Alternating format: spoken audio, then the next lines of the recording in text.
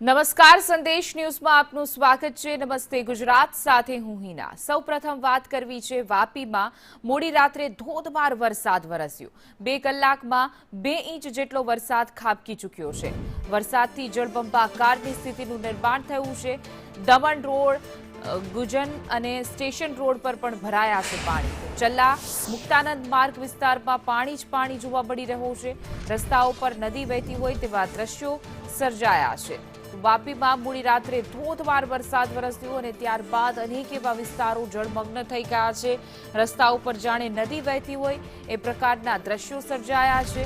તો અવિરત વરસાદના કારણે અનેક એવી બજાર અને રસ્તાઓ છે કે જ્યાં મેઘ મહેર જોવા મળી રહી છે। 2 કલાકમાં 2 ઇંચ જેટલો વરસાદ ખાબકતા નદી નાળા તો છલકાયા છે, સાથે શહેરમાં પાણી ભરાઈ ગયા છે।